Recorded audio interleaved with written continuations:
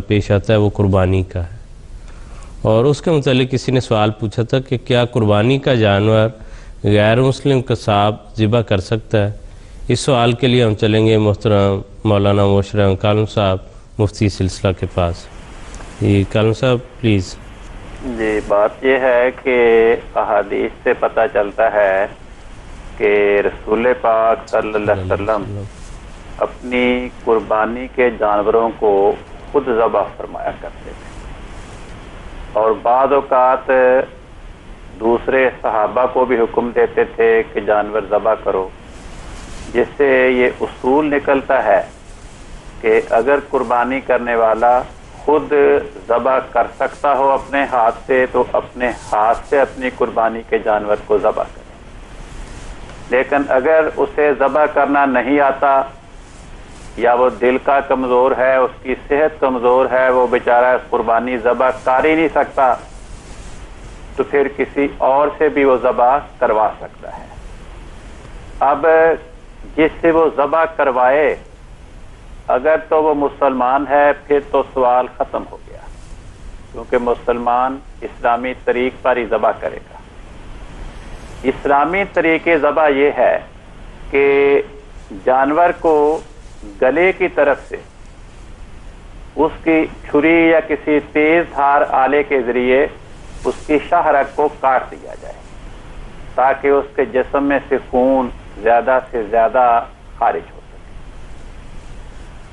قرآن کریم فرماتا ہے طعام الذین اوتوا الکتاب حل لکم،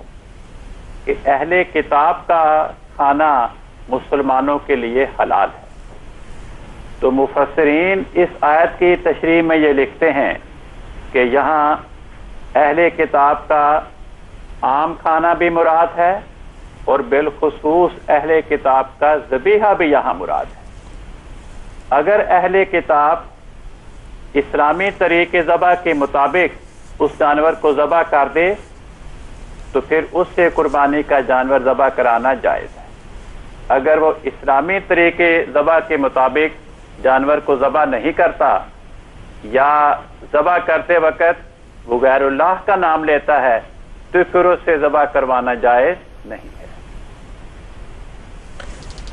جی ٹھیک ہے کل صاحب ابھی اس سوال کے جواب میں آپ نے ایک ذکر فرمایا اہل کتاب کا کھانا یا ان کا ذبیحہ جائز ہے، تو اگر آپ ہمارے ناظرین کے لیے یہ بھی وضاحت فرما دیں کہ اہل کتاب میں کون کون سے مذاہب شامل ہیں؟ بالعموم تو اہل کتاب میں یہودی مراد ہیں، اور دوسرے نمبر پر قرآن کریم کے محاورے کے مطابق مسیحی بھی مراد ہیں، لیکن اس سے اتر کر تمام وہ اقوام جو اپنے آپ کو کسی آسمانی کتاب کی طرف کسی آسمانی مذہب کی طرف منسوب کرتی ہیں وہ تمام اقوام اہل کتاب کے دائرہ میں آ جاتی ہیں، سوائے ان اقوام کے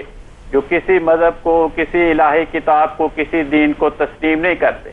چنانچہ قرآن کریم سے پتہ لگتا ہے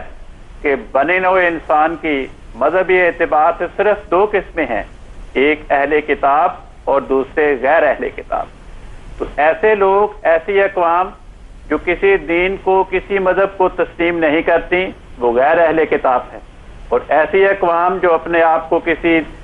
دین کی طرف کسی کتاب کی طرف کسی مذہب کی طرف منسوب کرتی ہیں اور ایک قانون اور ایک شریعت کو اپنے پاس رکھتی ہیں وہ اہل کتاب کے دائرہ میں آتی ہیں۔